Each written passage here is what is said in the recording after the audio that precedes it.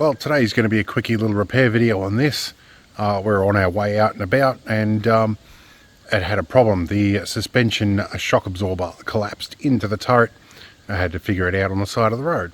So have my crappy partly filmed video because I need channel filler while I go and get some other stuff done. Well, I'm just about to take off out the bush.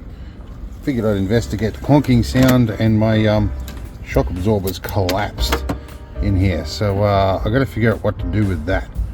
Should probably check the other side too. And we've lost a what we need on the top here as well, one of the caps, so we're going to have a long day, I think. Alright, we've got some bolts out so we can take the turret off. Put that up there, and there was a washer just disappeared somewhere. Now we can get to the top of our shock absorber and see what's going on with that. Might have to buy a new pair, I think. Alright, so I've got the shocker up to the top and it's staying there, which is normally where it should automatically push up that way. And these little bushes here, I need to find something roughly equivalent to that to put back on here because they've all rattled off. And when I'm done with this one, I'll check the other side. So the other side's a little more difficult to get to, but this means we can probably fix it. Alright, found a set of calipers. Fortunately, I happened to find this out when I'm out in front of Super Cheap Auto. Now this is sagging on its own sitting here, so shocker definitely knackered. So we will be arranging a new set of shockers soon. So we're just going to sort of bodge this in for now, and we'll put brand new shockers in soon. So I just ran into a fan of the channel and a mate of mine who's also got a 6-wheel drive.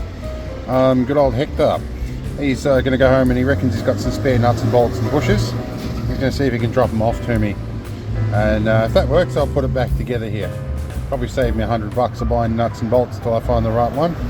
Alright, so Hector came through. He got a spare shocker, which is knackered, but it let me go in and get the thread right. Got some of these things that I needed. And we were able to determine that 1/2" UNF was the right ones. So we got some nylox. I may actually take that off and check that once we get this fixed. But either way, this will bodge it together until we can do something better later on. So I'm pulling a bit of a Swifty here. I've put this on loosely with the turret loose. Now that I've got the nut and I'm putting a nylock on here, I can swing the turret round until it's in the right orientation and drop it onto those studs there. I've got some new lock washers because I dropped them. And yes, they're stainless, not necessarily the best combination, but couldn't find any of the others off the shelf, so that's what we got. We've got things positioned here. We've got one of the nuts was on finger tight, it's not now, but anyway, fresh lock washers, fresh nuts, see how we go.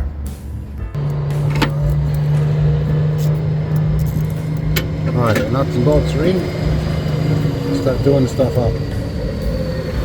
There we go.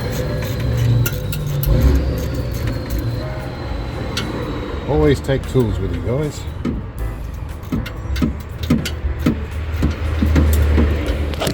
Alright, we're back on with the nylock. It's done up reasonably firm, so it's not bouncing around so much. I'm going to try and check that one. It'll be worth the time, I think. Alright, so I stuck my finger in at the top of the strut tower. I can do that from over the top of the wheel. There seems like the nut and bolt are still quite firmly in there. The cap's still on top of the bush. We're doing pretty well. We'll save all these bits and pieces. Hopefully this doesn't happen again in the field, but we should be right to get on the road. We'll arrange ourselves some new shockers at some point soon. Anyway, field repairs, always fun. See you in the next one.